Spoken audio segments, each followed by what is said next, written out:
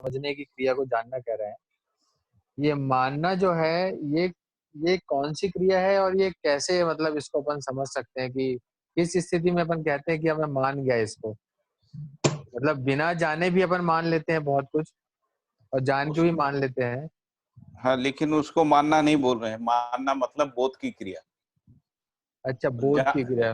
हाँ, जानने के बाद मानना, नहीं, और बिना जाने भी बहुत कुछ माने रहते हैं अपन तो वैसे। उसको मान्यता बोलते हैं। अच्छा, उसको मानना नहीं करो, मान्यता है वो।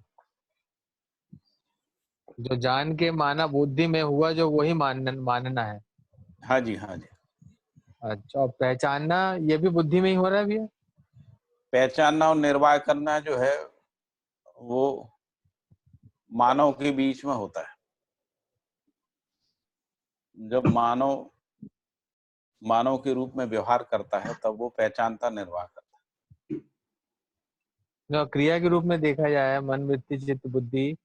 तो हाँ। ऐसा कुछ समझ सकते हैं कि कहाँ पे घटना होती है ये जानना मानना पहचानना? ऐसा कुछ है क्या, है कोरिलेशन है इसका क्या? जानना मानना तो बुद्धि में ही होता है, आत्मा और अच्छा बुद्धि में अच्छा होता है। हाँ। अच्छा अच्छा, यह उस लेवल आत्मा पे। आत्मा जानती है और बुद्धि उसको स्वीकार कर लेती है, वो जानना मानना।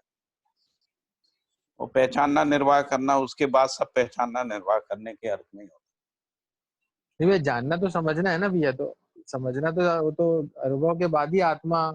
अनुभव के पहले जो अपन समझ रहे हैं, अभी जो डेली अपन पढ़ के समझ रहे हैं, है। हाँ। या समझना मतलब प्रतीति हो जाना। तो ये बुद्धि में समझना होती है। समझना पूरा हो गया तब जानना हो। अच्छा अच्छा उससे पहले तक समझना पूरा नहीं हुआ। अच्छा। हम्म। योगेश भाई आ गए, नहीं आए? हाँ हाँ भैया, मैं कब का आ गया। अच्छा, कब के मैंने आए? मैं आपका हाँ, मैंने जो है उस समय एक मैसेज भी डाला, सभी को नमस्कार करके। अच्छा अच्छा अच्छा। हाँ भैया। अच्छा, दूसरी एक बात अभी जो हुई, ये जानना मानना, हाँ तो जानना मानना और पहचानना जीवन में होता है और निर्वाह करना मानव में होता है, ऐसा होता है। हाँ, ठीक है। वो है नहीं? पहचानना जो है, वो भी जीवन की। पहचानना जीवन में ही होता है। हाँ, मतलब जीवन जीवन जब जड़ संसार को पहचानता है, उस अर्थ बिल्कुल बिल्कुल ठीक बात है। उस अर्थ में है हम्म, ना। हाँ जी, ठीक ठीक है भैया। ठीक है। ठीक है भैया। और निर्वाह करना मानव में होता निर्वाह करना मानव, ठीक बात। है, और जानना मानना जीवन में होता जानना मानना, है। जानने मानने से पहले जानने मानने के लिए क्रिया है, जिसको हम लोग श्रवण मनन अध्ययन बोल रहे हैं। और वैसे देखे तो जानने की क्रिया भी मानने से ही शुरू होती हाँ है ना। मानने के बाद जानना और जानने के बाद मानना। हाँ, पहले हम लोग कुछ मानते हैं, फिर उसको निरीक्षण परीक्षण विधि से जो है जांचते हैं। हम्म, जांचना जब पूरा हो जाता है तब हम उसको कहेंगे जानना पूरा। ठीक बात है भैया। हम्म। ठीक है भैया। पढ़ा जाए मन स्वस्थता का स्वरूप। हाँ भैया, शुरू किया जाए। बिल्कुल। तो भौतिक रासायनिक जीवन क्रियाओं के अध्ययन क्रम में मानव का अध्ययन परिपूर्ण होना आवश्यक है। तो अभी हम लोग भौतिक रासायनिक जीवन क्रियाओं को क्रम से पढ़ रहे थे ना, जो 1 2 3 अध्याय में हम लोगों ने पढ़ा है। और भौतिक रासायनिक क्रिया में परमाणु में जो भौतिक क्रिया है उसको भी हम लोगों ने पढ़ा। उसमें किस तरीके से प्रवृत्ति रहती है और किस तरीके से भौतिक क्रिया जो है गठन पूर्णता को प्राप्त होती है। फिर इसके बाद विकास में हमने भौतिक रासायनिक क्रिया को पढ़ा जी, कि भौतिक रासायनिक जो क्रिया है उसमें विकास होता है। उसी में पदार्थावस्था, प्राणावस्था, जीवावस्था और ज्ञानावस्था जो है उसका क्रम से प्रकटन होता है। फिर जीवन क्रियाकलाप को भी पढ़ा। तो जो गठन पूर्ण परमाणु है उसमें मन वृत्ति चित्त बुद्धि आत्मा का जो क्रिया होता है वो प्रत्यावर्तन और परावर्तन दोनों में उसको हम लोगों ने पढ़ा। अभी वो कह रहे हैं कि इसी क्रम में मानव का अध्ययन परिपूर्ण होना आवश्यक है। इस मुद्दे पर विगत से अथक प्रयास हुआ है। तो मनुष्य के संदर्भ में मानवत्व को पहचाने बिना जो अध्ययन किया है उसमें भौतिक रासायनिक क्रियाकलाप का अध्ययन भी अधूरा रह गया। तो वो कह रहे हैं कि बाबा जी कह रहे हैं कि मानवत्व के बिना यानी मानवीय आचरण के बिना, है ना, मानव का जो भी अध्ययन किया तो अध्ययन पूरा नहीं हुआ। मानव का तो अध्ययन पूरा हुआ नहीं, भौतिक रासायनिक क्रिया का भी अध्ययन पूरा नहीं हुआ। है जी, है जी।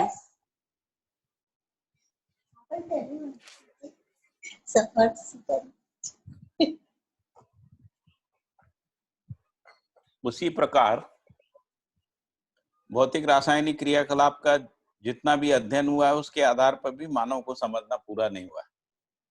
तो दो बातें कह रहे हैं। पहली बात ये कह रहे हैं कि मनुष्य के संदर्भ में यदि देखते हैं, मानव के संदर्भ में, तो मानवत्व को पहचाने बिना जो भी अध्ययन हुआ है उसमें भौतिक रासायनिक क्रिया का अध्ययन जो है अधूरा रह गया। अधूरा क्यों रह गया? क्योंकि भौतिक रासायनिक क्रिया का विकास जो है वो पूर्ण विकास नाम की जो वस्तु है उसको नहीं पहचान पाए। और उसी प्रकार भौतिक रासायनिक क्रियाकलापों का जो भी अध्ययन हुआ उसमें भी मानव को समझना पूरा नहीं हो पाया। तो दोनों प्रकार से इसे ऐसे समझ सकते हैं कि मानू एसी चला दे, गर्म लग रहा।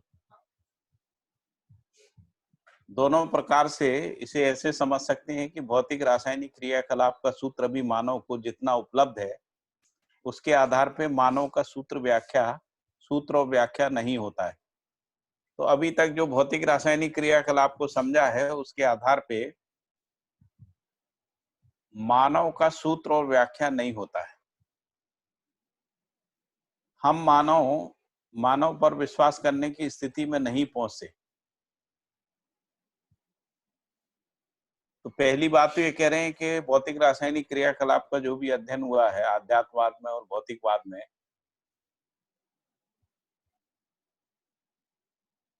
उसके आधार पे मानव का सूत्र व्याख्या यानी मानवत्व सहित मानव का जो सूत्र व्याख्या है वो संभव नहीं हो पाया। और मानव में दृष्टा कर्ता भोक्ता वाला जो हिस्सा है वो भी व्याख्यायित नहीं हो पाया। हम मानव पर विश्वास करने की स्थिति में भी नहीं पहुंचे।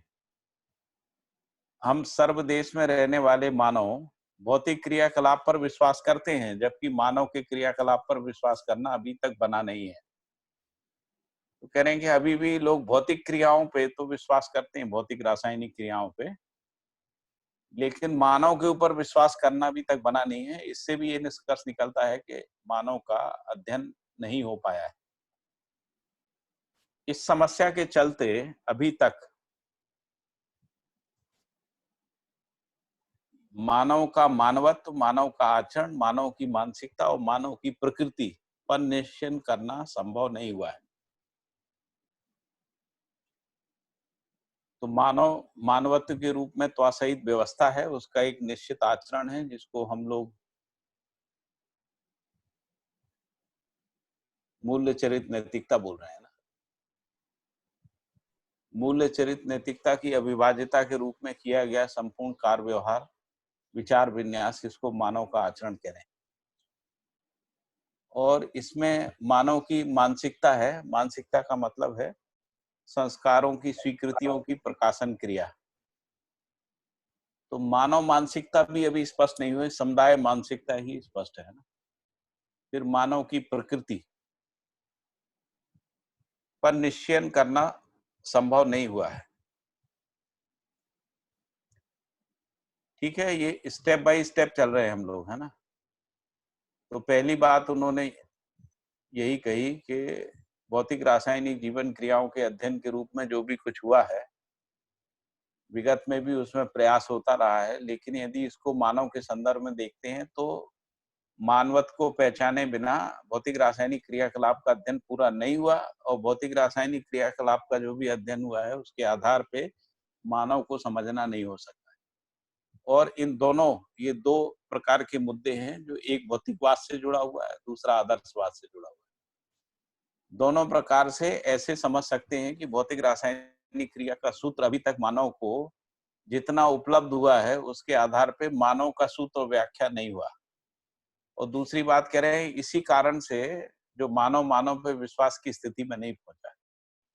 फिर तीसरी बात कह रहे हैं कि सर्व मानव भौतिक रासायनिक क्रिया पे, भौतिक क्रियाकलाप पर तो विश्वास करता है, जबकि मानव के क्रियाकलाप पे विश्वास करना अभी तक बना नहीं।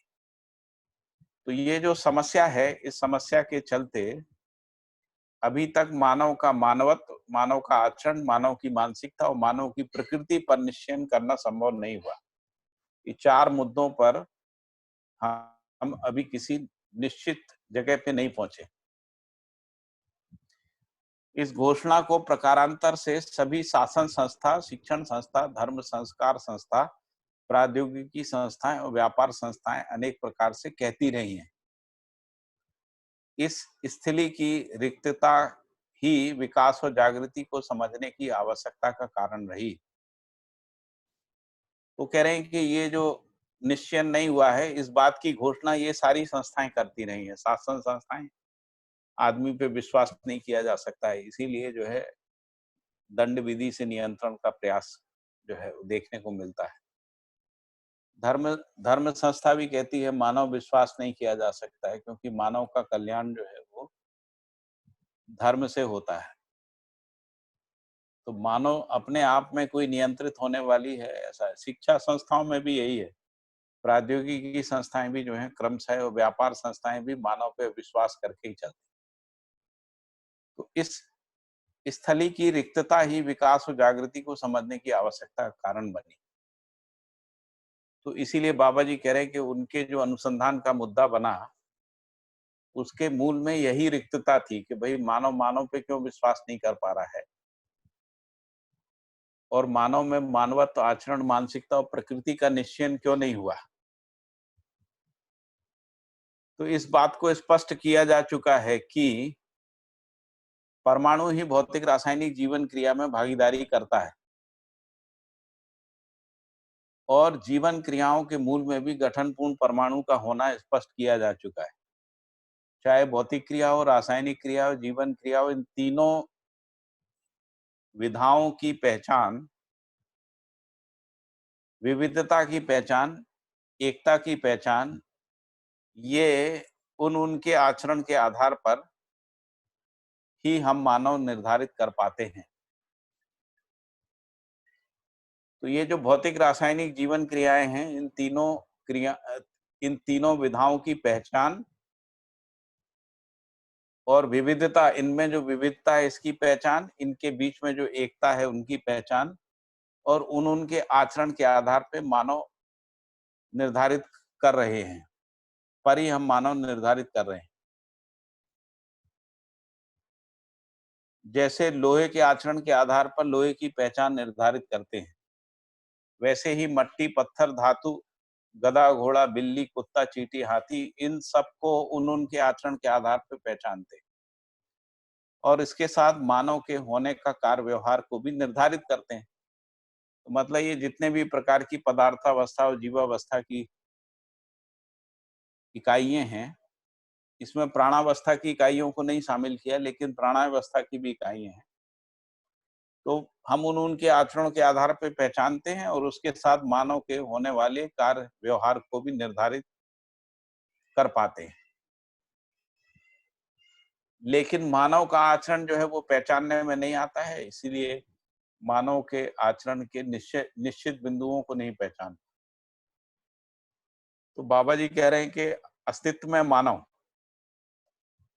में मानव जीवन क्रिया और भौतिक रासायनिक क्रिया का संयुक्त रूप होने के रूप में स्पष्ट है। जीवन क्रिया जिसको अपन गठनपूर्ण परमाणु कह रहे हैं, और भौतिक रासायनिक क्रिया जिसको शरीर कह रहे हैं, का संयुक्त रूप होना स्पष्ट है। परमाणु गठनपूर्ण स्थिति में जीवन क्रिया को संपन्न करता है। परमाणु गठनपूर्ण स्थिति में जीवन क्रिया को संपन्न करता है, और जीवन ही आशा, विचार, इच्छा, रितंबरा और प्रमाण को अभिव्यक्त संप्रेषित करने वाला प्रकाशित करता है। जीवन ही आशा, विचार, इच्छा, संकल्प और प्रमाण को अभिव्यक्त, संप्रेषित और प्रकाशित करता है। इसका परीक्षण हर मानव अपने में और हर मानव में किया जाना बन पड़ता है। तो हर मानव अपने में भी कर सकता है, और हर मानव में भी किया जा सकता है। इसीलिए मानव में से के लिए अध्ययन करने की वस्तु मन स्वस्थता को हम सुख कहते हैं। बाबा जी कह रहे हैं कि इसीलिए, क्योंकि मानव में हो सकता है, मानव में और स्वयं में हो सकता है, इसलिए मानव में से के लिए अध्ययन की वस्तु मन स्वस्थता को हम सुख कह सकते हैं। फिर आगे लिखा है कि यह समाधान का अनुभव एवं प्रमाण है। मन स्वस्थता क्या चीज है? तो मन स्वस्थता को कह रहे हैं कि वो समाधान का अनुभव एवं प्रमाण है। मन स्वस्थता का प्रमाण व्यवहार परंपरा में प्रमाण समाधान के रूप में होना पाया गया है। मन स्वस्थता का प्रमाण अर्थात व्यवहार परंपरा में प्रमाण समाधान के रूप में होना पाया गया। इसी के साथ मानव लक्ष्य समाधान समृद्धि अवय सहस्थित के रूप में पहचाना गया। इसको हर नर नारी इसका अनुभव कर सकते हैं। यह भी पता लगा कि समाधान ही अनुभव में सुख है। सुख ही प्रमाण व्यवहार में समाधान है। सुख का प्रमाण व्यवहार में समाधान है। तो इससे ये पता लगा कि समाधान ही अनुभव में सुख है। दूसरी बात पता लगी, सुख का प्रमाण व्यवहार में समाधान है। इस प्रकार समाधान का ध्रुवीकरण हुआ।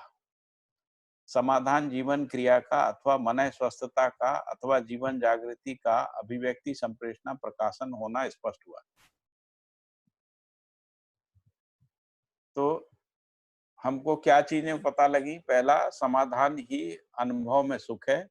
दूसरी बात पता लगी, सुख का प्रमाण व्यवहार में समाधान है।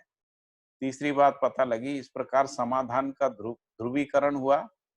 और चौथा जो है, समाधान जीवन क्रिया का अथवा मन स्वस्थता का अथवा जीवन जागृति का अभिव्यक्ति संप्रेषणा प्रकाशन होना स्पष्ट हुआ। मन स्वस्थता मानव परंपरा में से के लिए अनिवार्य मुद्दा है। मन स्वस्थता पूर्वक मानव लक्ष्य प्रमाणित हो पाता है। मानव लक्ष्य सार्थक होने के क्रम में मानव अपने में व्यवस्थित हो जाता है और व्यवस्था में भागीदारी करता है। तो मन स्वस्थता के आधार पे ही समाधान समृद्धि अवय सहस्थित लक्ष्य प्रमाणित हो पाता है। मानव लक्ष्य सार्थक होने से मानव अपने में व्यवस्थित हो जाता है और व्यवस्था में भागीदारी करता है। मानव में व्यवस्था अपने आप में रासायनिक भौतिक क्रिया में सीमित न होकर ना होने का प्रधान कारण मानव में जीवन क्रिया का होना है। मानव में व्यवस्था अपने आप में भौतिक रासायनिक क्रिया में सीमित ना होने का प्रधान कारण मानव में जीवन क्रिया का होना है। जीवन क्रिया का गवाही हर मानव ही है। तो मानव में व्यवस्था अपने आप में भौतिक रासायनिक क्रिया तक सीमित होने ना होने का प्रधान कारण मानव में जीवन क्रिया का होना है। उसी को जानना, मानना, पहचानना आदि बोल रहे हैं ना। उसी को अनुभव, विचार, व्यवहार भी कह रहे हैं। जीवन क्रिया का गवाही हर मानव में है। यद्यपि जीवों में भी जीवन क्रिया होते हैं, परंतु जीवों में जीवन शरीर के अनुरूप कार्य करने में सीमित रहते हैं। तो कह रहे हैं कि जीवन क्रिया जो है जीवों में भी होती है, लेकिन जीवों में जो जीवन है वो शरीर के अनुरूप कार्य करने में सीमित है, क्योंकि हर जीव वंशानुसंगी विधि से प्रवृत्ति एवं कार्यों को प्रमाणित करता ही है। यह संवेदनाओं के अर्थ में सीमित रहना देखा गया, जबकि मानव में संज्ञानशीलता और संवेदनशीलता, संज्ञानशीलता यानी जानना मानना और संवेदनशीलता यानी पहचानना निर्वाह करना, दोनों का प्रभाव दिखाई पड़ता है। तो ये जीव और मानव के बीच के अंतर को स्पष्ट किया है। फिर है, जीव संसार में संवेदनाएं प्रमाणित हो पाई हैं, जबकि मानव परंपरा में संज्ञानशीलता और संवेदनशीलता दोनों प्रमाणित होते हैं। हर मानव, हर जागृत मानव संज्ञानीयता पूर्वक संवेदनाओं पर नियंत्रण पाए रहते हैं। यह जागृति पूर्ण अथवा सहज मानव की मौलिकता है। अतएव संज्ञानीयता पूर्वक संवेदनाएं नियंत्रित, संतुलित और प्रयोजनशील होना ही मानव की मौलिकता है। तो एक बार फिर से मैं इसको स्पष्ट कर दे रहा हूँ। वो कह रहे हैं कि जीवन क्रियाएं जीवों में भी होती हैं, लेकिन जीवों में जो जीवन क्रियाएं चलती हैं वो शरीर के अनुरूप, है ना, कार्य करने तक ही सीमित रहती हैं। इसका प्रमाण क्या है? तो हर जीव में वंशानुसंगीय प्रवृत्ति जो है और कार्यकलाप है, यही उसका प्रमाण है। और यह संवेदना के अर्थ में सीमित रहना देखा गया है। इसके बाद कह रहे हैं कि मानव में ये दोनों होता है, संवेदनशीलता और संज्ञानशीलता, यानी जानना मानना भी होता है, पहचानना निर्वाह करना भी होता है। दोनों प्रकार के प्रभाव मानव में दिखाई देते हैं। जीव संसार में केवल संवेदनाएं प्रमाणित हो पाई हैं। इसके बाद कह रहे हैं कि मानव परंपरा में संज्ञानशीलता और संवेदनशीलता दोनों प्रमाणित होते हैं। हर जागृत मानव संज्ञानीयता पूर्वक संवेदनाओं पर नियंत्रण पाए रहते हैं। यह जागृति पूर्ण अथवा सहज मानव की मौलिकता है। फिर कहा गया, अतएव संज्ञानीयता पूर्वक संवेदनाएं नियंत्रित, संतुलित और प्रयोजनशील होना ही मानव की मौलिकता है। इस अर्थ में संपूर्ण प्रयोजन संज्ञानीयता का प्रमाण होना पाया जाता है। इस अर्थ में संपूर्ण प्रयोजन संज्ञानीयता का प्रमाण होना पाया जाता है। इसी को हम लोग 4 आयाम और 5 स्तरों पे इसको देखते हैं, या 10 सोपानी व्यवस्था में इसको समझ सकते हैं। ठीक है, यहां तक स्पष्ट हो गया? हाँ भैया। कोई इसमें प्रश्न तो नहीं है? भैया ये संपूर्ण प्रयोजन किसका बोल रहे हैं? किस चीज का संपूर्ण, मतलब वो अस्तित्व का संपूर्ण प्रयोजन या मानव का? मानव का संपूर्ण प्रयोजन? अच्छा। खासकर जो संज्ञानीयता पूर्वक जो संवेदनाओं के नियंत्रण, संतुलित होने का प्रयोजन। ये लिखा ना, अतएव संज्ञानीयता पूर्वक संवेदनाएं नियंत्रित, संतुलित और प्रयोजनशील होना ही मानव की मौलिकता है। तो ये जो प्रयोजनशीलता की बात की जा रही है ना, उसका मतलब है जब मानव में संज्ञानीयता पूर्वक संवेदनाएं नियंत्रित होती है, संतुलित होती, प्रयोजनशील होती, उस अर्थ में। और यही मानव की मौलिकता भी है।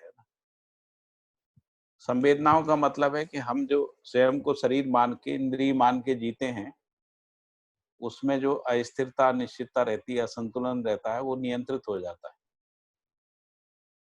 और उसको नियंत्रित करने वाली जो वस्तु है वो ज्ञान, विवेक, विज्ञान है। तो ज्ञान, विवेक, विज्ञान पूर्वक उसी को जानना मानना भी कहते हैं। ज्ञान, विवेक, विज्ञान पूर्वक जो है वो संवेदनाएं नियंत्रित होती है, संतुलित होती है और प्रयोजनशील होती है।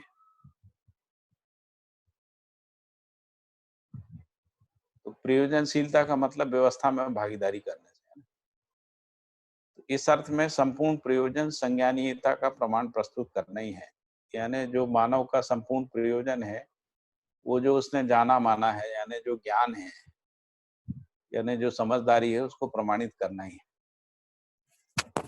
ठीक है अरविंद भाई? हाँ भैया ठीक है। समझ में आ गए? हाँ। फिर आगे बढ़ते हैं।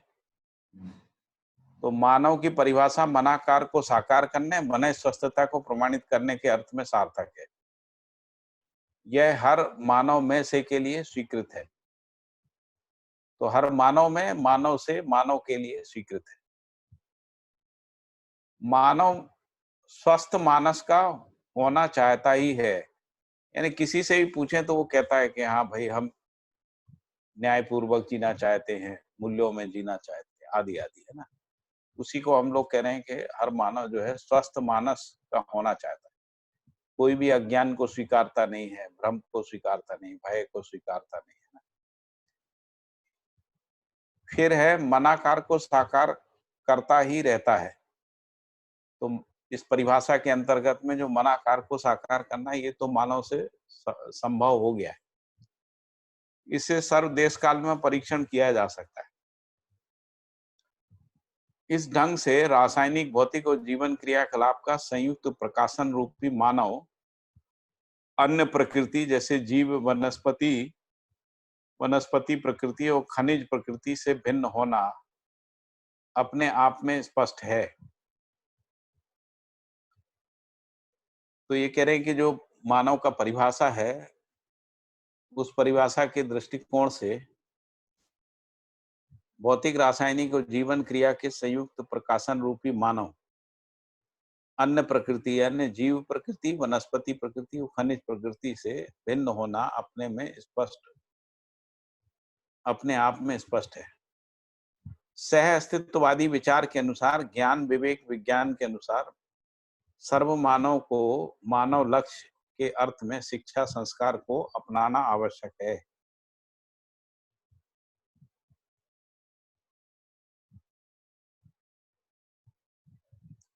इसमें मानवीयतापूर्ण आचरण मानव लक्ष्य के अर्थ में स्पष्ट रहना आवश्यक है, क्योंकि सभी अवस्थाओं में आचरण के आधार पर ही उन अवस्थाओं का लक्ष्य पूर्ण हुआ समझ में आता है।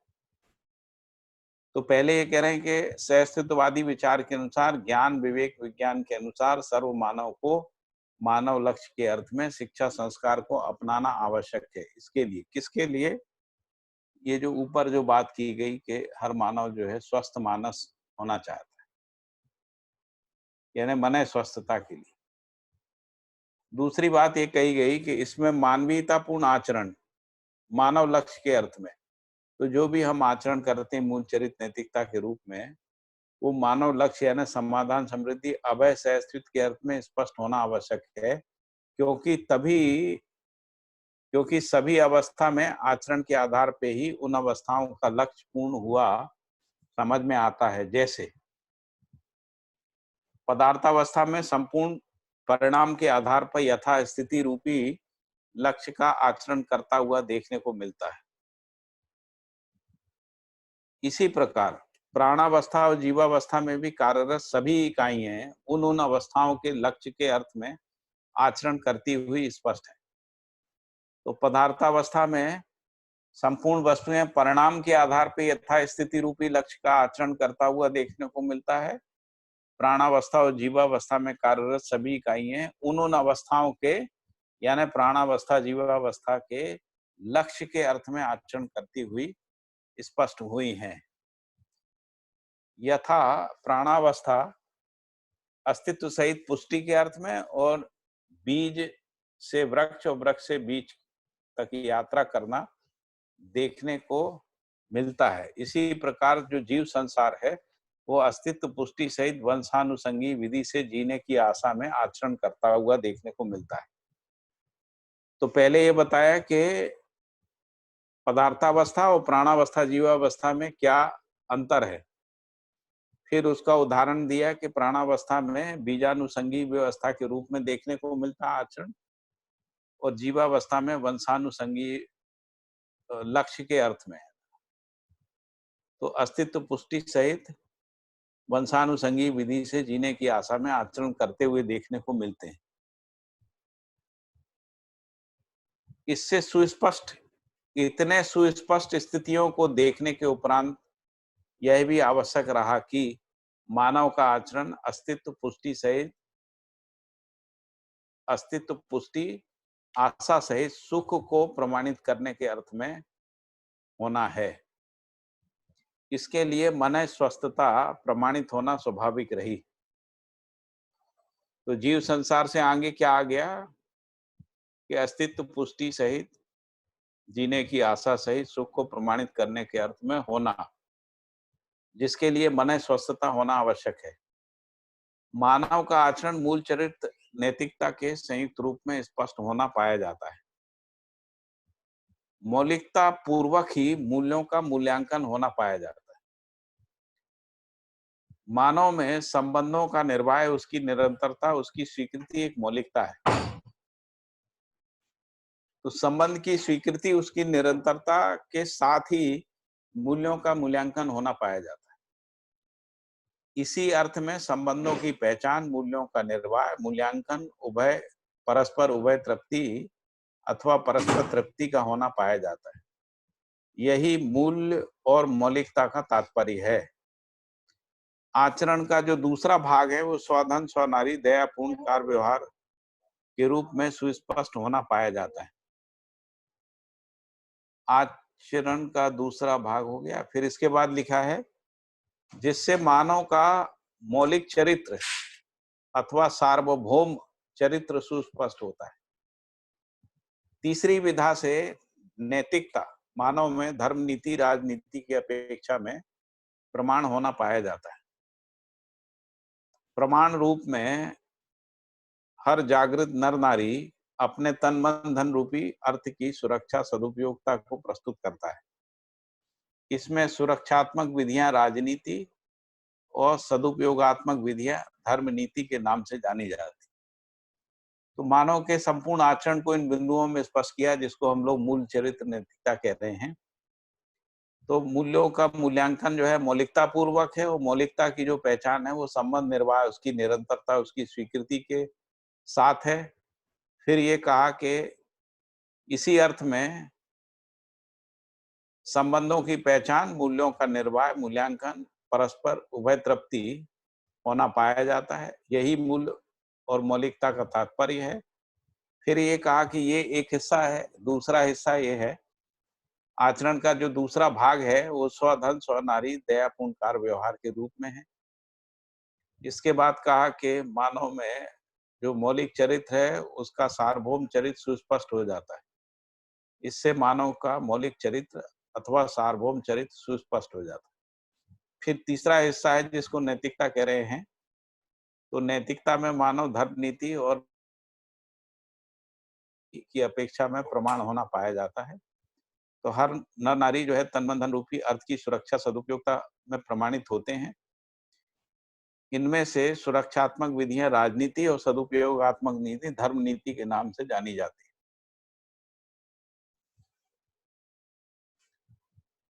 फिर आगे है सह अस्तित्ववादी विधि से हर मानव मानवत्व सहित व्यवस्था और समग्र व्यवस्था में भागीदारी करने योग्य इकाई है। इसमें मुख्य मुद्दा यही है, क्या है? स्वयं को स्वयं के लिए रासायनिक भौतिक जीवन क्रिया के संयुक्त रूप में होने को स्वीकार करने की आवश्यकता है। यहाँ पे स्वयं को स्वयं के लिए का मतलब मानव को मानव के लिए भौतिक रासायनिक एवं जीवन क्रिया के संयुक्त रूप में होने को स्वीकारने की आवश्यकता है। यदि हम केवल शरीर मानते हैं, केवल जीवन मानते हैं, उस स्थिति में ये संभव नहीं है। दूसरी बात है जीवन क्रिया की महिमा और मानव परंपरा में इसकी आवश्यकता ध्यान में रहना अति आवश्यक है। तो जीवन क्रिया की महिमा और मानव परंपरा में इसकी आवश्यकता ध्यान में रहना अति आवश्यक है। यदि मान लो हम मानव परंपरा की में इसकी आवश्यकता को छोड़ देते हैं, तब भी ये मन स्वस्थता का प्रमाण नहीं आएगा। तभी मानव शोध के लिए तत्पर होना पाया जाता है। तो परंपरा में कुछ लोगों ने केवल जीवन क्रिया की महिमा के आधार पे शोध किया और उसमें मानव परंपरा में इसकी आवश्यकता को ध्यान में नहीं रखा। इसके कारण से जो गैप हमको देखने को मिलता है कि जो भी जीवन में परिमार्जन परिवर्तन हुआ भी होगा, उसका कोई प्रमाण जो है मानव परंपरा में देखने को नहीं मिलता है। फिर है तभी सर्व मानव समाधान पूर्वक व्यक्त होने, समझदारी पूर्वक हर परिवार समाधानित और सुखी होने की स्थिति स्पष्ट हो जाती है। तो पहले कहा कि जीवन क्रिया की महिमा, मानव परंपरा में इसकी आवश्यकता ध्यान में रहना अति आवश्यक है। तभी मानव शोध के लिए तत्पर होना पाया जाता है। ऐसी तत्परता जागृति सहज विधि से सर्व सुख के अर्थ में प्रस्तावित होता है, तभी सर्व मानव समाधान पूर्वक व्यक्त होने, समझदारी पूर्वक हर परिवार समाधानी तो सुखी होने की स्थिति स्पष्ट हो जाती है। फलस्वरूप समृद्धि, अभय, सहअस्तित्व, प्रमाणित, प्रभावित लिखा है, प्रमाणित होने का सौभाग्य उदय होता है। यही मुख्य बिंदु है। फिर आगे है, सर्व सुख का प्रमाण भी यही है, क्योंकि समाधान समृद्धि पूर्वक ही मानव सुख शांति का अनुभव करता है। इसी क्रम में समाधान समृद्धि अभय सहअस्तित्व पूर्वक आनंद अपने आप में संपूर्ण होना पाया जाता है। इस ढंग से मानव लक्ष्य सार्थक होने की स्थिति में जीवन लक्ष्य सुख शांति संतोष आनंद सार्थक होना पाया जाता है। यह होता ही है। जीवन लक्ष्य और मानव लक्ष्य सार्थक होना ही अध्ययन और अध्यापन की सार्वभौमता है। ऐसे लक्ष्य के साथ मानव परंपरा अपने आप में स्वयं को पहचानने और संपूर्ण मानव को पहचानने का सूत्र और व्याख्या बन जाती है। प्रमाण के रूप में, व्याख्या समझ के रूप में सूत्र होना पाया जाता है। तो ऐसे लक्ष्यों के साथ, यानी समाधान समृद्धि अभय सहअस्तित्व के साथ मानव परंपरा अपने आप में स्वयं को पहचानने, यानी मानव परंपरा अपने स्वयं को पहचानने और संपूर्ण मानव को पहचानने का सूत्र, यानी समझ का सूत्र और प्रमाण के रूप में व्याख्या बन जाता है। यह नियति सहज विधि से समीचीन रहना पाया जाता है। नियति विधि का तात्पर्य विकास क्रम विकास, जागृति क्रम जागृति है। दूसरी विधि से भौतिक रासायनिक रचना जीवन और शरीर, भौतिक रासायनिक रचना शरीर और जीवन क्रियाओं का संयुक्त अभिव्यक्ति संप्रेषणा प्रकाशन के रूप में है। एक विधि से मानव लक्ष्य के अर्थ में इसको स्पष्ट किया, मानवीयतापूर्ण आचरण के साथ में, और दूसरी विधि में ये कहा कि भौतिक रासायनिक रचना शरीर और जीवन क्रियाकलाप का संयुक्त अभिव्यक्ति संप्रेषणा प्रकाशन के रूप में मानव परिभाषित होता है। मानव लक्ष्य समाधान समृद्धि अभय सहअस्तित्व को प्रमाणित करने और उसके आधार पर जीवन लक्ष्य सुख शांति संतोष आनंद, जीवन लक्ष्य को ही मन स्वस्थता कह रहे हैं ना, तो उस आधार पे जीवन लक्ष्य सुख शांति संतोष आनंद को सार्थक बनाने के अर्थ में मानव शिक्षा संस्कार की आवश्यकता सदा सदा से बनी हुई है। इसकी सफलता ही मानव कुल का सौभाग्य है। फिर आगे है, ये स्पष्ट हो गया ये वाले पैराग्राफ?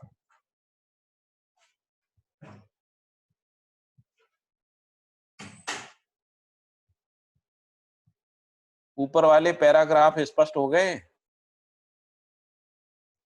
हाँ भैया, हाँ भैया, हो गए। कोई डाउट नहीं है ना? नहीं भैया, मुझे तो फिर नहीं है, और किसी को हो तो बता सकते हैं। हाँ जी, हाँ जी, ठीक बात है। फिर आगे है, मानव कुल और भौतिक रासायनिक क्रियाकलाप का सार्थक प्रमाण। मानव कुल का मतलब जिसको अपन मानव परंपरा भी कह रहे हैं ना, और भौतिक रासायनिक क्रिया का सार्थक प्रमाण शिक्षा की संपूर्ण वस्तु सह अस्तित्व रूपी अस्तित्व में भौतिक रासायनिक भौतिक एवं जीवन क्रिया के रूप में ही है। इसमें से इसके अविभाज्य रूप में मानव परंपरा का संपूर्ण क्रियाकलाप व्यवहार सोच विचार समझ है। ऐसा नहीं।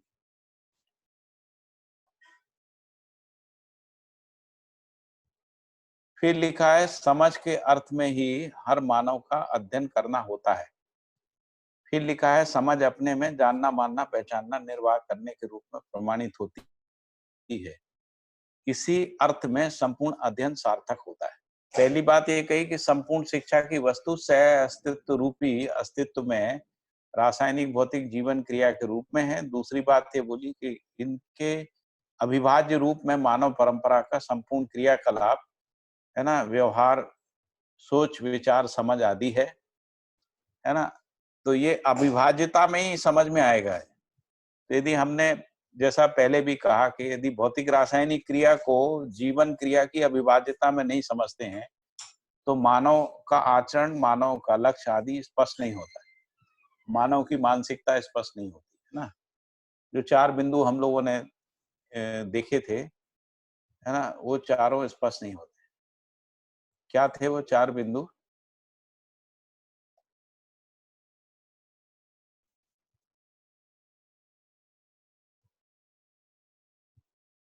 मानव का मानवत्व, मानव का आचरण, मानव की मानसिकता और मानव की प्रकृति, है ना। इनकी निश्चितता जो है वो पहचानने में नहीं आती।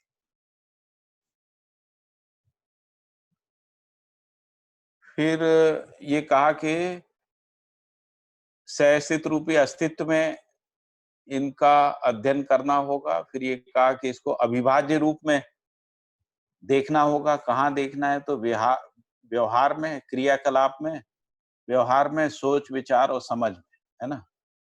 फिर कहा कि समझ के अर्थ में ही हर मानव का अध्ययन होता है। फिर समझने से तात्पर्य है समझ अपने आप में जानना, मानना, पहचानना, निर्वाह करने के रूप में प्रमाणित होती है। इसी अर्थ में संपूर्ण अध्ययन सार्थक होना पाया जाता है। फिर आगे है कि अस्तित्व में संपूर्ण इकाइयां हैं, अस्तित्व में संपूर्ण इकाइयां रासायनिक, भौतिक एवं जीवन क्रिया के रूप में परिलक्षित हैं ही। गठनशील परमाणु से लेकर अणुरचित पिंड, प्राणकोशा, वनस्पति संसार, जीव संसार, सभी स्वयं में व्यवस्था में रहते हुए अपने अपने निश्चित आचरण को व्यक्त करते हुए समझ में आते। इनके निश्चित आचरणों की बात अपन ऊपर कर चुके हैं, पदार्थावस्था, प्राणावस्था, जीवावस्था। फिर है ऐसे प्रमाण में ही ये धरती सबसे बड़ा प्रमाण है। धरती एक व्यवस्था के रूप में काम करती है। व्यवस्था के रूप में काम करने का प्रमाण ही है कि इस धरती पर भौतिक रासायनिक जीवन क्रियाकलाप पदार्थ, प्राण, जीव और ज्ञान अवस्था के रूप में प्रकाशित थे। इससे बड़ा गवाही क्या होगा, क्या होगी? इस गवाही के आधार पर अर्थात पदार्थ, प्राण, जीव अवस्था के निश्चित कार्यकलाप के अनुसार मानव अपने व्यवस्था में होने का प्रमाण, अपने होने का भरोसा कर सकता है। इन गवाहियों के आधार पे पदार्थ, प्राण, जीवावस्था के निश्चित कार्यकलाप के आधार पर मानव अपने व्यवस्था में होने का भरोसा कर सकता है। फिर है मनुष्य को सहअस्तित्व रूपी अस्तित्व। मनुष्य को सहअस्तित्व रूपी अस्तित्व सहज विधि से स्वयं व्यवस्था के रूप में जीने का सूत्र और व्याख्या स्वयं स्फूर्त विधि से समझ में आता है।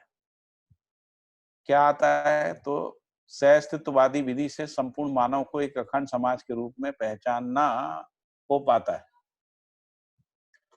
तो ये अखंड समाज के रूप में सहअस्तित्ववादी विधि से संपूर्ण मानव यानी सर्व मानव को एक अखंड समाज के रूप में पहचानना हो पाता है। क्यों हो पाता है?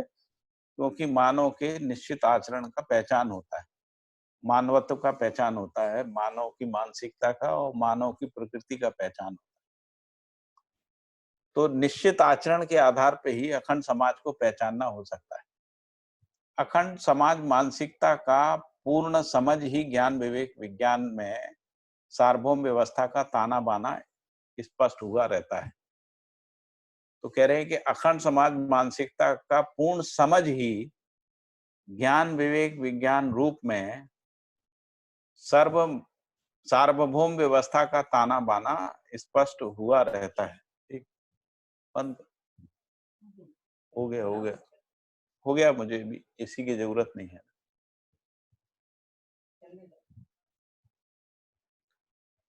फिर लिखा है ऐसे सर्वशुभ के अर्थ में ही मानव व्यवस्था के रूप में सार्थक होना पाया जाता है। इसलिए सार्वभौम व्यवस्था संपन्न होना मानव कुल के लिए परम वैभव, सूत्र और व्याख्या है। ठीक है, ये चारों बिंदु स्पष्ट हो गए। इस प्रकार मानव कुल मानव संचेतना पूर्वक ही अपने अपने में से सार्वभौम व्यवस्था अखंड समाज में भागीदारी होने की प्रवृत्ति स्वयं स्फूर्त होना पाया जाता है। तो पहले अखंड समाज का पहचान अखंड समाज का जो ताना बाना सार्वभौम व्यवस्था के रूप में स्पष्ट होता है, और ऐसे सर्व सुख के अर्थ में मानव व्यवस्था का स्वरूप सार्थक होना पाया जाता है, और इसी का वैभव, सूत्र और व्याख्या जो है वो होता है। इसके बाद लिखा है कि इस प्रकार, यानी ये ऊपर जो अखंड समाज और उसका जो आचरण है, इस प्रकार मानव कुल मानव संचेतना पूर्वक ही अपने में से, यानी अपने में यानी मानव में से, मानव मतलब सर्व मानव यानी अखंड समाज में से सार्वभौम व्यवस्था अखंड समाज में भागीदारी करने की प्रवृत्ति स्वयं स्फूर्त होना पाया जाता है। तो जब यहाँ पर अपने में से के लिए कह रहे हैं तो इसको केवल चाहिए, यहाँ मूल रूप से मानव और मानव भी अखंड समाज के रूप में है ना। तो अखंड समाज के रूप में है ना, उस मानसिकता के साथ मानव संचेतना पूर्वक ही मानव में से यानी अखंड मानव में से सार्वभौम व्यवस्था अखंड समाज में भागीदारी करने की प्रवृत्ति स्वयं स्फूर्त होना पाया जाता है। इसका एक मात्र कारण है कि सहअस्तित्व विधि से मानव अपने को पहचानता है। किस रूप में पहचानता है? तो मानव जाति आचरण में धर्म प्रधान है, इस रूप में पहचानता है। जीव प्रजातियां स्वभाव प्रधान है और वनस्पतियां गुण प्रधान है, और पदार्थ जो है रूप प्रधान है। इसी को हम लोग ने पहले मर्यादा के अर्थ में पढ़ा था, है ना। फिर मानव धर्म अपने में सुख के आधार पर समाधानित होना स्पष्ट हो चुका है। शर्तोमुखी समाधान पूर्वक शिक्षा संस्कार ही इसके लिए परंपरा और स्रोत है, यही जागृत परंपरा है। ठीक है, यहाँ पर अपना यह अध्याय पूरा हुआ। इस पे कोई प्रश्न हो तो अपन डिस्कस कर सकते हैं, नहीं तो आगे बढ़ सकते हैं। भैया हाँ जी, कल्पेश, ये जो लास्ट लाइन थी, मानव जाति आचरण में धर्म प्रधान है, जीव हाँ। जैसे स्वभाव प्रधान, उसको थोड़ा स्पष्ट किए वो पूरा वाक्य। हाँ जी, हाँ। योगेश भाई थोड़ा स्पष्ट करिए।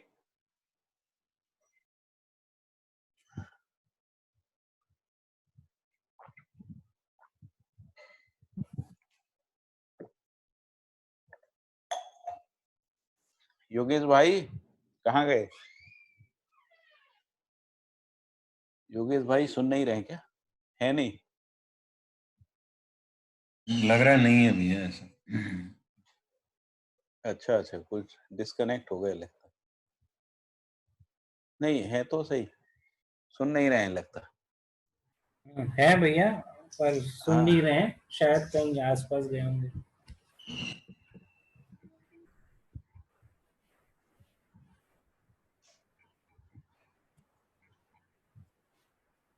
तो जो पदार्थावस्था को हम पहचानते हैं ना, रूप के आधार पे ही पहचानते हैं। इससे पहले हम लोगों ने पढ़ा था कि रूप और शब्द के आधार पर उनका पहचान होता है। तो पदार्थावस्था के साथ फिर जो वनस्पतियां हैं उनका जो उनमें जो गुण होता है ना, जो जिनको हम लोग सारक मारक कहते हैं ना, उस गुण के आधार पे वनस्पतियों का पहचान होता है, और यही इसके आधार पे हम पदार्थावस्था वनस्पतियों में भेद करते हैं। तो जीवावस्था का जो पहचान है वो क्रूर अक्रूर स्वभाव के आधार पे होता है। तो जब हम रूप प्रधान से गुण प्रधान में जाते हैं तो वनस्पतियों में रूप गुण प्रधानता रहती है और जीवावस्था में रूप गुण स्वभाव प्रधानता रहती है। तो मानव जो है ना, केवल स्वभाव के आधार पे तृप्त नहीं होता है, यानी तो मानव जो है वो धर्म प्रधान विधि से, धर्म का मतलब है शर्तोमुखी समाधान, जिसको अपन सुख कह रहे हैं। तो सुख के आधार पे ही जीव और मानव के बीच में भेद होता है। तो मानव तो मानव केवल शरीर के आधार पे सुख नहीं होता, यानी जो वंशानुसंगी जो आचरण है और जो वंशानुसंगी स्वभाव है, उस आधार पे मानव जो है तृप्त नहीं होता है। इसलिए मानव जीव से अलग एक वर्गीकरण में, क्लासिफिकेशन में रखा गया है, क्योंकि मानव जो है ना केवल रोटी कपड़ा मकान में तृप्त नहीं होता है। मानव जो है 4 आयामों में तृप्त होता है। वो जो 4 आयाम हैं, इसको अनुभव, विचार, व्यवहार कह रहे हैं, अनुभव, व्यवसाय। यहाँ पांचों स्थिति की पूर्णता में ही मानव अपने लक्ष्य को, यानी समाधान, वैसे अस्तित्व को और सार्वभौम और इसी के अर्थ में सुख, शांति, संतोष, आनंद को प्राप्त करता है। तो इसलिए मानव का जो मूल, मानव जाति में जो आचरण है उसमें जो मूल तत्व है वो धर्म है। धर्म के रूप में समाधान है, समाधान के रूप में सुख है ना। और ये जो सुख है मानव को, मानव लक्ष्य प्राप्ति में ही मिलता है। समाधान, समृद्धि, अभय, सह अस्तित्व में ही मानव क्रम से सुख, शांति, संतोष, आनंद को अनुभव करता है। तो जीवों में ये नहीं रहता है, जीवों में स्वभाव प्रधान आचरण होता है। तो इसीलिए जीव जो है 2 कैटेगरी में पहचानने में आते हैं, जिनको हम लोग क्रूर, अक्रूर कह रहे हैं। और वनस्पतियों में स्वभाव नहीं होता, क्रूरता आदि पहचानने में नहीं आती है।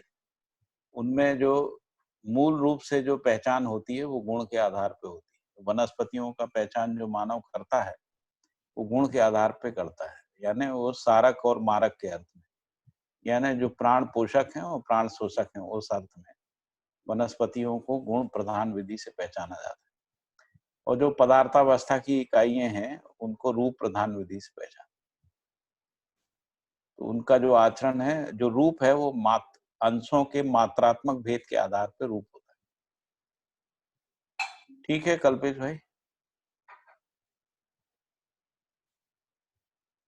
ठीक है भैया। और कोई इसमें कोई शंका हो तो बताइए। ठीक है। हाँ जी, हाँ। हाँ, जो ये सह अस्तित्व विधि से संपूर्ण मानव को अखंड समाज के रूप में पहचाना जाता है। तो आपने बताया ये आचरण, जब मानवीयतापूर्ण आचरण के हिसाब से जब आचरण निश्चित हो जाते हैं, तो इसका मतलब यह है कि ये तो जागृत मानव जब आचरण निश्चित होंगे उसके बाद ही अखंड समाज के रूप में पहचान पाएंगे।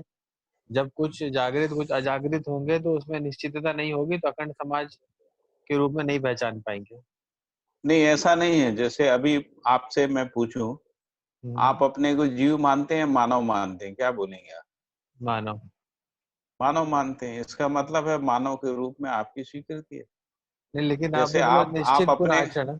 वही 1 मिनट पहले इसको स्पष्ट करिए, है ना, कि जागृति से पहले होगा कि जागृति से हाँ बाद हाँ होगा, हाँ है ना। हाँ हाँ। पहले इसको अपन स्पष्ट कर लें। हम्म। तो मैंने कहा कि आप अपने को जीव मानते हैं तो मानव मानते हैं, तो आपने कहा मानव मानते हैं। जी जी। अभी धरती में ऑलमोस्ट सभी लोग मानव ही मानते हैं अपने को, जीव कोई नहीं मानता, है ना। तो इसका मतलब है कुछ डिस्क्रिमिनेशन को वो स्वीकार्य रहता है। तो इस बात को स्वीकार्य रहता है, हम जीव नहीं है, हम मानव हैं। लेकिन वो स्पष्टता नहीं रहती। वो स्पष्टता जो है क्रमशः अध्ययन पूर्वक आती है ना। तो मानने के अर्थ में रहता है, हम माने रहते हैं, मानव हैं, है ना, इस अर्थ में। लेकिन जिसको अपन अखंड समाज का स्वरूप कह रहे हैं वो तभी होगा जब मानव का एक स्पष्ट आचरण समझ में आ जाए। जैसे हमको पदार्थावस्था, प्राणावस्था, जीवावस्था का एक स्पष्ट निश्चित आचरण हमको स्पष्ट हो गया ना, तो उसी तरीके हमको यदि मानव का एक निश्चित आचरण पता लग जाए तो हम अखंड समाज मानसिकता में आ जाएंगे, है ना। अभी हम अपने को मानव के रूप में एक इकाई तो माने हुए हैं कि हम मानव हैं, जीव नहीं है। लेकिन कोई पूछे कि भाई चलो बताओ मानव और जीव में क्या अंतर है, तो हम संकट में पड़ जाते हैं, है ना, क्योंकि हमको आचरण स्पष्ट नहीं है। तो जैसे आचरण स्पष्ट होता है तो अखंड समाज के रूप में पहचानना संभव हो जाता है। यानी मानव एक इकाई है ज्ञानावस्था की, इस रूप में हम अपने को पहचान पाते हैं। अभी हम ज्ञानावस्था की इकाई होते हुए भी, अपने को मानव मानते हुए भी आचरण में स्पष्ट नहीं है। जी। ठीक है, तो आचरण में स्पष्ट होना एक भाग है, फिर आचरण में जीना दूसरा भाग है, फिर आचरण पूर्वक सार्वभौम व्यवस्था में भागीदारी करना तीसरा हिस्सा है ना। अच्छा अच्छा। तो मतलब अगर इसको समझ लेते हैं अपन, समझने से ही पहचान हो सकती है कि अखंड समाज के रूप में पहचान पाते हैं। फिर जीना एक अलग चीज है, भागीदारी अलग चीज है। हाँ, मतलब हम ये पहचान लेते हैं कि ज्ञानावस्था में हम मानव, जैसे सर्व हाँ मानव वैसे हम भी ज्ञानावस्था में मानव, ऐसा पहचान, ठीक है भैया। है ना। क्योंकि फिर मानव मानव में भेद नहीं है ना, मानवीयता पूर्ण आचरण को समझने के बाद मानव हम्म मानव में भेद नहीं है, जबकि समुदाय चेतना में मानव मानव में भेद है, जो रंग हम्म नस्ल आदि के आधार पे है ना। हम्म। ठीक है स्पष्ट हुआ ना भैया? जी जी भैया जी। जी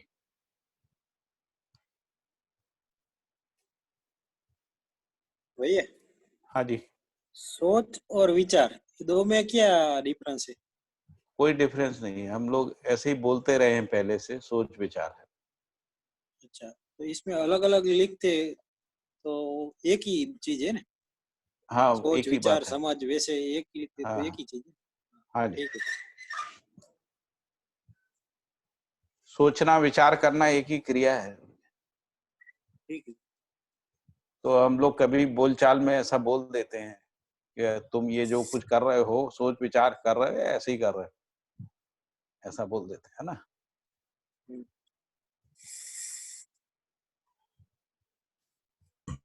भैया हम्म फाल्गुनी बोल रही हूँ। हाँ, ये जो नेक्स्ट हेडिंग है उस पे मेरा एक क्वेश्चन है कि सहअस्तित्व स्थिर है। हम ये भी बोलते हैं कि अस्तित्व नित्य वर्तमान है, मतलब नित्य वर्तता रहता है, क्रियाशील है, स्थिति गति के साथ है। जबकि यहाँ बोल रहे हैं कि अस्तित्व स्थिर है। तो मेरे को ना ये समझ में नहीं आता है कि फिर ये स्थिर कैसे है। स्थिर जो है अपनी निरंतरता के रूप में स्थिर है। हर क्रिया स्थिर है, जैसे भौतिक क्रिया है ना, वो भी स्थिर है। तो क्रिया की निरंतरता के रूप में क्रिया की स्थिरता स्पष्ट होती। तो अस्तित्व सह अस्तित्व के रूप में स्थिर है का मतलब है कि अस्तित्व जैसा है वैसा वर्तता रहता है, उस अर्थ में स्थिर। अच्छा अच्छा, वो निरंतरता के अर्थ में है। अच्छा ठीक है। और ये जीने के अर्थ में है, जिसको हम निश्चित कहते हैं ना, निश्चित। स्थिर और निश्चित दो बिंदु है ना। जी तो जो अगला अध्याय, अपना जो अगला चैप्टर है, हाँ सह अस्तित्व स्थिर है, विकास और जागृति निश्चित है ना, ऐसा लिखा। हाँ हाँ हाँ। तो अच्छा इसी को होना और रहना भी कहते हैं। तो होने के अर्थ में स्थिरता और रहने के अर्थ में निश्चित होना, है ना, निश्चितता। अच्छा। तो अस्तित्व सह अस्तित्व रूप में सह अस्तित्व रूपी अस्तित्व स्थिर है, यानी होने के अर्थ में स्थिर है हम्म है ना। हम्म। और हाँ भैया। इसमें जो चारों अवस्थाएं हैं वो भी स्थिर है ना। पदार्थावस्था, जी प्राणावस्था, ज्ञानावस्था, सभी अपने त्वा सहित व्यवस्था में अपने होने को बनाए रखती है, यही उसकी स्थिरता है। अब अच्छा यदि वो अपने अच्छा। निश्चित आचरण में रहती हैं तो निश्चित है, जैसे वनस्पति जीव संसार और पदार्थ संसार जो है वो अपने निश्चित आचरण के साथ है, इसीलिए उनका आचरण निश्चित है ना। जी हाँ जी। मानव में अभी निश्चित आचरण का प्रमाण नहीं है, इसलिए जी अभी मानव का आचरण अनिश्चित है, ऐसा बोलते अच्छा। हैं। हाँ, लेकिन सह अस्तित्व में विकास और जागृति निश्चित है, ऐसा बोल रहे हैं। मतलब ऐसा नहीं है हाँ कि मानव अनंत काल तक जो है जागृति में रहेगा, ऐसा नहीं है। अच्छा। तो अल्टीमेटली मानव भी अपनी जागृति को प्रमाणित करेगा, क्योंकि जागृति अनिवार्य है। उससे कम में मानव तृप्त नहीं होगा, इसलिए वो प्रयोग प्रयास करता रहेगा। जी भैया। ठीक है। ठीक है, तो बहुत बढ़िया। फिर तीसरा है, इस धरती पर हम मानव इस तथ्य का अध्ययन करने के योग्य स्थिति में हो चुके हैं। तो ये जो बाबा जी ने जो प्रस्ताव रखा है ना, मध्यस्थ दर्शन से अस्तित्ववाद का, और उसमें उन्होंने अस्तित्व की स्थिरता और विकास और जागृति की निश्चितता को स्पष्ट किया है। तो इन दो तथ्यों के आधार पे अध्ययन करने की स्थिति में हम सब आ चुके हैं ना। अब अध्ययन कर सकते हैं। किसका अध्ययन कर सकते हैं? स्थिरता और निश्चितता का। फिर ये कहा, अगला लिखा हुआ है, शुभ का दृष्टा कर्ता भोक्ता। शुभ का दृष्टा कर्ता भोक्ता, उसके मूल में शिक्षा संस्कार से पाई जाने वाली ज्ञान विवेक विज्ञान का धारक वाहक होना केवल जागृत मानव ही है। यानी जागृत मानव ज्ञान विवेक विज्ञान पूर्वक शुभ का यानी सर्व शुभ का दृष्टा कर्ता भोक्ता है ना, पहचानने में आता है। ये तथ्य सबको भली प्रकार से समझ में आता है। अस्तित्ववादी दर्शन, सहअस्तित्ववादी दर्शन ज्ञान विवेक विज्ञान पूर्वक ही हर मानव सर्वशुभ घटना में अपने को व्यवस्था सहज रूप में प्रमाणित करते हुए समग्र व्यवस्था में भागीदारी करना बन जाता है। यही सर्वशुभ कार्यक्रम का पहुंच और प्रकट रूप है। तो कह रहे हैं कि जो सहअस्तित्ववादी दर्शन है, जिसको हम लोग मध्यस्थ दर्शन कह रहे हैं, उसके आधार पे ज्ञान विवेक विज्ञान का जो प्रकटन है मानव परंपरा में, उससे यानी ज्ञान विवेक विज्ञान पूर्वक ही हर मानव सर्वशुभ घटनाओं में अपने को व्यवस्था सहज रूप में प्रमाणित करते हुए, सर्वशुभ घटना क्या हुई? तो व्यक्ति परिवार समाज राष्ट्र अंतरराष्ट्र इन स्तरों पे जो भी क्रियाकलाप है ना, अपने को व्यवस्था सहज रूप में प्रमाणित करते हुए समग्र व्यवस्था में भागीदारी करना बन जाता है। यह सर्वशुभ कार्यक्रम का पहुंच और प्रकट रूप है। इसीलिए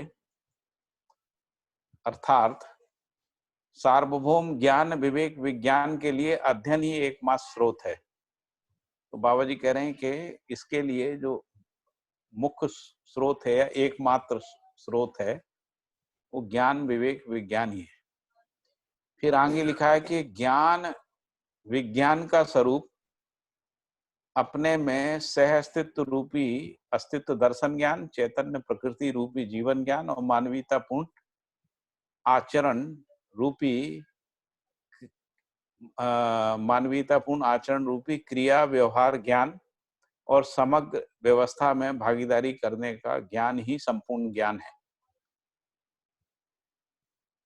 फिर इसके बाद लिखा है कि इनमें से सह अस्तित्व रूपी अस्तित्व को 4 अवस्थाओं 4 पदों में अध्ययन करना बन जाता है। 4 अवस्थाएं और 4 पदों में। इसका मूल स्वरूप व्यापक वस्तु में एक एक वस्तु का डूबा भीगा घिरा हुआ रहना ही है। यही सहअस्तित्व रूपी नित्य स्वरूप है। यह अपने में बढ़ना घटना होता ही नहीं है, फैलना सिकुड़ना होता ही नहीं है, हर हाल में होना ही बना रहता है। इकाइयों की परस्परता में निश्चित अच्छी दूरियों में हर इकाई में स्वभाव गति प्रमाणित होने की व्यवस्था है। तो ये जो अस्तित्व सहअस्तित्व रूपी अस्तित्व है, ये बढ़ता घटता नहीं है ना, मात्रात्मक रूप से बढ़ता घटता नहीं, ना इसमें फैलने सिकुड़ने जैसी कोई चीज है। ये जितना है उतना ही रहता है, इसलिए इसमें फैलना सिकुड़ना प्रमाणित नहीं होता। हर हाल में इसका होना ही बना रहता है। फिर इसके बाद कह रहे हैं इकाइयों की परस्परता में निश्चित अच्छी दूरियों में हर इकाइयों में स्वभाव गति प्रमाणित होने की व्यवस्था है। क्यों है? क्योंकि हर परमाणु अंश दूसरे परमाणु अंश को पहचानने की स्थिति में ही परमाणु गठन के फल में निश्चित आचरण चरितार्थ होता हुआ समझ में आया है। तो कह रहे हैं कि ऐसा क्यों हुआ? तो उसका मूल कारण उन्होंने बताया कि प्रत्येक परमाणु अंश एक दूसरे परमाणु अंश को पहचानने की स्थिति में परमाणु के गठन या परमाणु की रचना के फलन में निश्चित आचरण, तो हर परमाणु का निश्चित आचरण चरितार्थ होता है या हुआ है, ऐसा समझ में आया। इसीलिए सभी परमाणुओं का आचरण निश्चित है ना। निश्चित आचरण ही स्वभाव गति नाम है। अनिश्चित आचरण का मतलब जब स्वभाव गति के विपरीत कुछ हो तब उसको अनिश्चित आचरण हो। मानव अभी स्वभाव गति में नहीं है, इसलिए मानव में अनिश्चित आचरण पहचान है। निश्चित आचरण ही स्वभाव गति नाम है, इसलिए स्वभाव गति प्रतिष्ठा में ही हर इकाई अथवा संपूर्ण इकाई है तो सहित व्यवस्था और समग्र व्यवस्था में भागीदारी करता हुआ देखने को समझने में आता है। जैसे शरीर में जितने भी अंग अवयव हैं, सभी अपने स्वभाव गति में ही उनका अध्ययन हो सकता है, और स्वभाव गति का जो अध्ययन है वो हर एक एक अंग की अपनी स्वयं की व्यवस्था और शरीर की व्यवस्था में भागीदारी में ही उसकी स्वभाव गति स्पष्ट होगी। स्वभाव गति का मतलब है निश्चित ताप दाब और निश्चित क्रियाकलाप के रूप में ही स्वभाव गति स्पष्ट होती है। जैसे हृदय की या जो भी जितने भी अंग हैं, यदि वो अपना एक निश्चित क्रियाकलाप करते हैं और वो एक निश्चित ताप दाब के साथ बने रहते हैं, उस स्थिति को हम लोग स्वभाव गति करें। स्वभाव गति का अध्ययन यदि किसी भी अंग की स्वभाव गति का अध्ययन करना है तो उसकी अपनी स्वयं की व्यवस्था और समग्र व्यवस्था में भागीदारी करते हुए ही उसको देखा जा सकता है, समझा जा सकता है। ऐसे ही तो स्वयं के अध्ययन में भी यही स्थिति उद्घाटित होती है। इस अर्थ में विकास और जागृति निश्चित है। जैसे मैंने शरीर का उदाहरण दिया, ऐसा ही जीवन में भी होता है। तो जीवन जो है वो समझदारी पूर्वक स्वभाव गति में रहता है, ना समझी में वो स्वभाव गति में नहीं रह पाता। तो समझदारी क्या करती है, तो आशा विचार इच्छा को नियंत्रित संतुलित संयमित कर देती है ना। और इसके साथ जो है समग्र व्यवस्था में भागीदारी करने के लिए उसमें जागृति, सहज अभिव्यक्ति, संप्रेषणा, प्रकाशन को देखा जा सकता है। फिर आगे है कि हम मानव ही स्वभाव गति में ही। हेलो भैया। हाँ जी भैया, ये जो इकाइयों में जो निश्चित दूरी कही है, ये क्या फिजिकल डिस्टेंस की बात? हाँ, जब तक फिजिकल है फिजिकल डिस्टेंस है, जब फिजिकल नहीं है तब भी डिस्टेंस है, ऐसा है। जैसे मन और वृत्ति जो है ना वो फिजिकल नहीं है, लेकिन एक दूसरे पे परावर्तित होते हैं, इससे उनमें दूरी है, ये स्पष्ट होता है। अच्छा। है ना। उसी प्रकार से सभी संबंधों में एक निश्चित दूरी होती है, लेकिन वो जो दूरी होती है वो फिजिकल डिस्टेंस नहीं होती है ना, डिस्टेंस होती है। जैसे हम और आप जो हैं समझने समझाने का काम कर रहे हैं जी, तो समझने समझाने का काम दूरी के साथ ही हो सकता है। यदि दूरी नहीं है तो समझने समझाने का काम नहीं हो सकता। तो इसलिए दूरी बनी रहती है, हर क्रिया के बीच में दूरी को पहचाना जा सकता है। ठीक है भैया ये जैसे शरीर है ना वो भौतिक रासायनिक क्रिया है और जीवन चैतन्य क्रिया है, तो इन दोनों के बीच में भी कोई दूरी होती है क्या? मतलब वो ये दूरी मुझे उस कॉन्टेक्स्ट। अगर दूरी नहीं होती तो दोनों एक ही हो जाते ना। पहली बात तो ये दो चीजें हैं, यही दूरी का प्रमाण है। अच्छा ठीक है ना। दूसरी बात है कि जीवन शरीर के द्वारा करता है ना। तो यदि मान लीजिए दूरी नहीं है तो फिर हम ये कैसे बोलेंगे कि जीवन करता है, फिर तो शरीर ही करता हो जाए। हाँ ठीक है ना। तो जब जीवन शरीर में वो ये मूवमेंट करता है शरीर के अंदर, ऐसी मतलब सूचना है, वो ठीक है कि नहीं मुझे नहीं पता है। तो वो जब शरीर के अंदर मतलब वो जो स्पेस है उसमें से मूवमेंट करता है तब भी वो दूरी बनी रहती है। भाई जैसे परमाणु के अंश जो है परमाणु में क्रियाशील रहते हैं तो उनकी गति बहुत तेज होती है। वो अजय भाई जो ले रहे थे ना क्लास, तो उसमें वो बता रहे थे कि जो परमाणु का जो पार्टिकल है उसकी गति लाखों किलोमीटर में रहती है ना। मैंने वो एग्जैक्ट फिगर तो मुझे याद नहीं है, परंतु लाखों में है, इतना स्पष्ट है ना। तो हाँ। इतनी गति के साथ घूमते हुए होने के बावजूद भी वो एक निश्चित अच्छी दूरी को बनाए रखते। अच्छा। हाँ, ऐसा नहीं होता कि वो घूमते घूमते जो है न्यूक्लियस में चले गए, दूसरे ऑर्बिट में चले गए, है ना, हाँ या हाँ ऑर्बिट छोड़ के चले गए, है ना। जी। जैसे पृथ्वी भी सूर्य का चक्कर लगाती है और पृथ्वी की गति भी कोई लाखों में है हाँ ना। एग्जैक्टली तो शायद याद नहीं मुझे, लेकिन कुछ लाख किलोमीटर पर आवर है जी। और ऐसा वो अनंत काल से घूम रही है, लेकिन वो जो दूरी है सूर्य और पृथ्वी के बीच में वो बनी हुई। हाँ तो इसको बड़ी से बड़ी इकाई में, छोटी से छोटी इकाई में देख सकते हैं।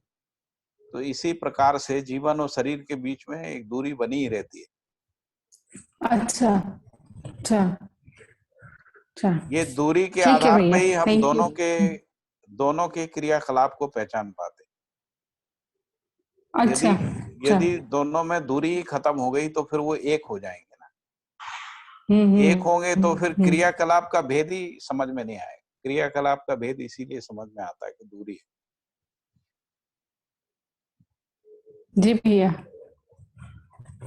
बहुत बढ़िया। ठीक।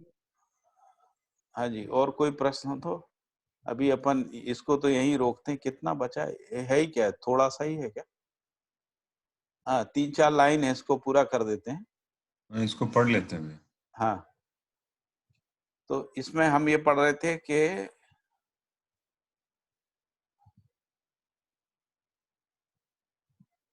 इसमें ये पढ़ रहे थे कि हर परमाणु अंश दूसरे परमाणु अंश को पहचानने की स्थिति में ही परमाणु गठन के फलन में निश्चित आचरण चरितार्थ करता हुआ है, समझ में आता है।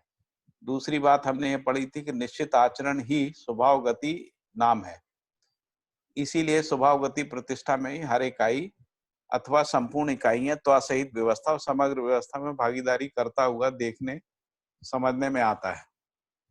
तीसरी बात हमने ये पढ़ी कि स्वयं के अध्ययन में ही यही स्थिति उद्घाटित होती है। इस अर्थ में विकास और जागृति निश्चित है। इसके बाद ये लिखा है कि हम मानव ही स्वभाव गति में ही अर्थात स्वभाव गति संपन्नता के उपरांत ही मानवत्व सहित व्यवस्था एवं समग्र व्यवस्था में भागीदारी करने की प्रवृत्ति होती है। इसके बाद अंतिम पैराग्राफ है, मेरा ऐसी स्वभाव गति जागृति के उपरांत ही होना पाई जाती। तो जागृति तभी प्रमाणित होती है जब मानव समझदारी, ईमानदारी, जिम्मेदारी संपन्न हो जाता है। फलतः भागीदारी पूर्वक अपने महिमा यथा स्थिति को प्रमाणित करता है। दूसरे क्रम में यह भी समझ में आया है कि मानव ही समझदार होने योग्य है। मानव स्थिरता निश्चितता को समझने के उपरांत ही स्वयं निश्चितता और स्थिरता के लिए ईमानदारी को पाता है, जिम्मेदार हो पाता है। मानव स्थिरता निश्चितता को समझने के उपरांत ही स्वयं निश्चितता और स्थिरता के लिए ईमानदार हो पाता है, जिम्मेदार हो पाता है। फलस्वरूप भागीदारी पूर्वक प्रमाणित हो पाता है। इसीलिए मानव को समझदार होना आवश्यक है।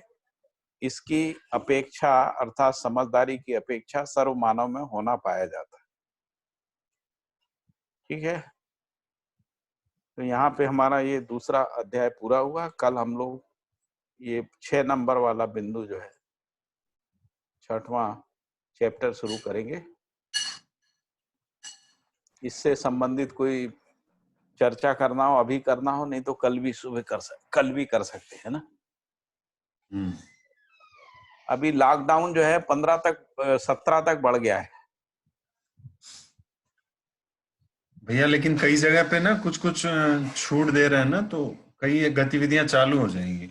आपका मुझे पता नहीं वहां झारखंड में क्या स्थिति है। यहाँ चालू होना चाहिए भैया, सोमवार से परसों से। हमारा तो रेड जोन है अहमदाबाद। आपके वहां नहीं होगा भैया, बट हमारे अहमदाबाद, यहाँ गांधीनगर दोनों रेड जोन में। दोनों रेड जोन। हाँ, हमारे वहाँ संभावना है कि सोमवार से कुछ गतिविधियां चालू हो जाएंगी, तो मोस्टली वो फिर देखते हैं कैसा रहता है, कल तक पता लगना चाहिए या फिर सोमवार। ठीक है, तो कल संडे है, 4 तारीख को मंडे होगा, तो कल आप तो अगर पता लगता है तो फिर, नहीं तो फिर टाइम चेंज करेंगे हम लोग। हाँ भैया, वो एक बार पता लग जाए ना कल या परसों तक, फिर हाँ आगे बेटर होगा, क्योंकि 3